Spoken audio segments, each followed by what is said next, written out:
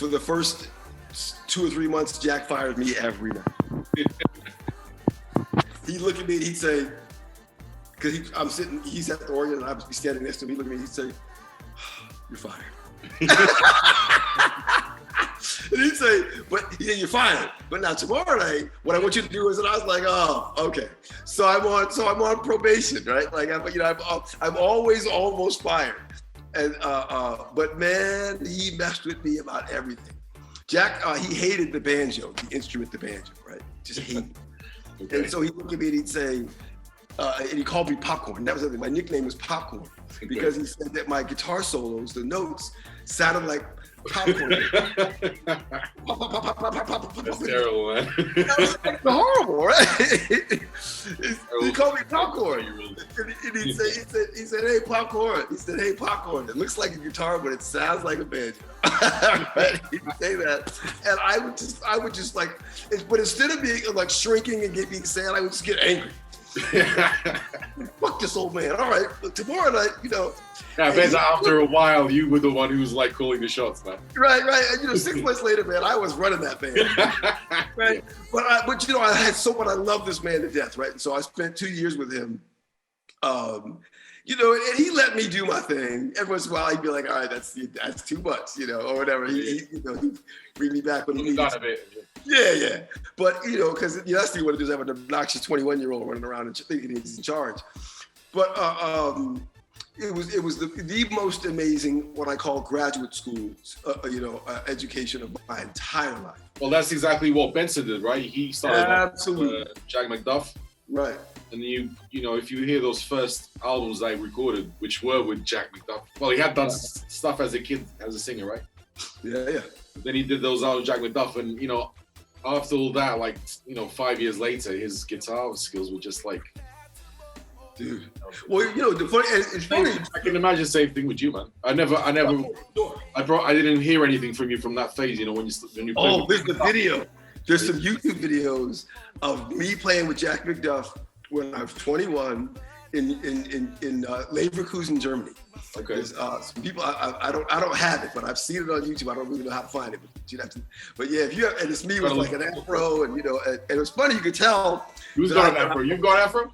Oh yeah. Oh cool. But what's really funny is you can tell how much I like George because I'm playing my Ibanez.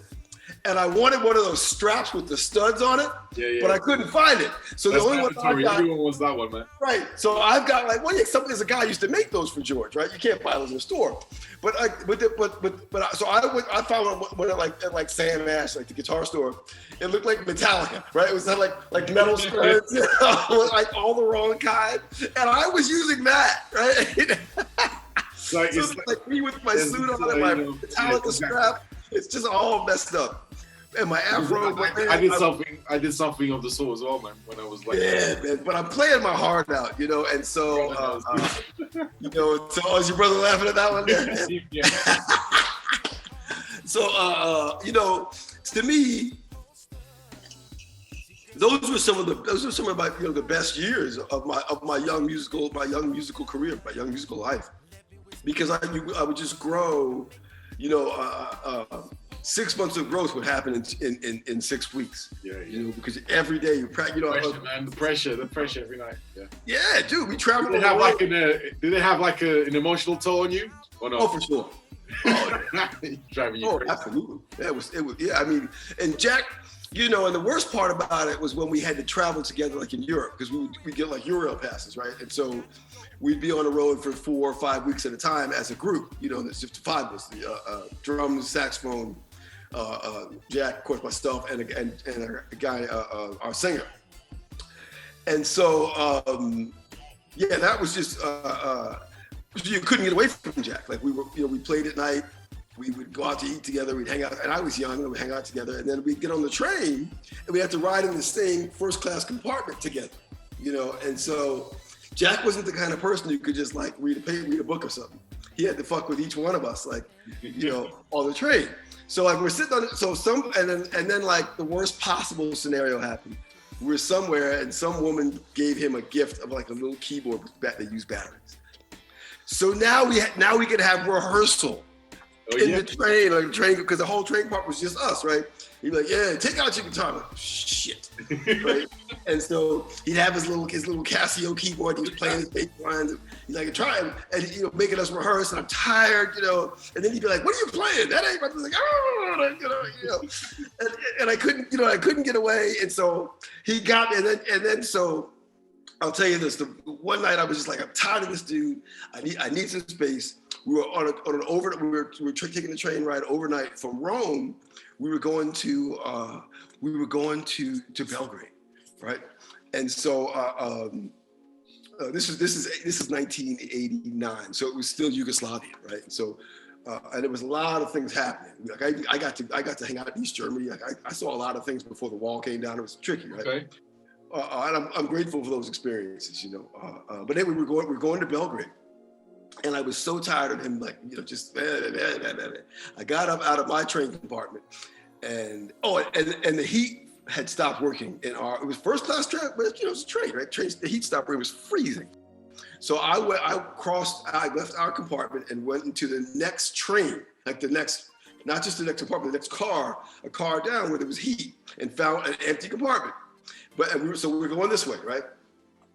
And when I woke up in the morning, we were going that way.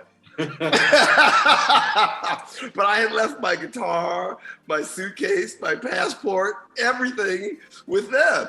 Yeah. So now I'm panicked because I'm obviously the train has pulled into a station and separated, and I'm going the wrong way, and I'm alone. There's no cell phones, right? This is 1988. No internet. I got no money. I got no passport, nothing. And then to make matters worse, I come out of the compartment, and there's a whole bunch of people just chilling, like playing music and shit, having a party, like in the train. And I was just like, what the fuck is going on? And so, all right, so I'm just like, man, this shit is kind of cool, whatever, and I was like, what? All right, and so I kind of make my way through, and they look at me like, who the fuck is this guy, right? And so I make my way through the party, and it turns out that I was still on the right train. We hadn't separated. It had just gone and it backed out the other way, right? So thank God. So what did I do? I went and got my guitar, and I came back and I joined the party. I started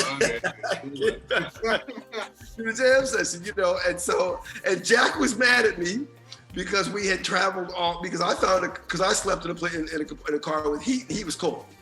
So he was mad at me about that, right? So when we got to, he was mad I didn't tell him that I found one with heat, because I wanted to be alone, right? And so when we get to Belgrade, and the guy from the festival met us at the train station, and he gave us all name tags to put on our, it said hi, and it said it's like the Jack McDuff Band or Jack McDuff Quartet or whatever.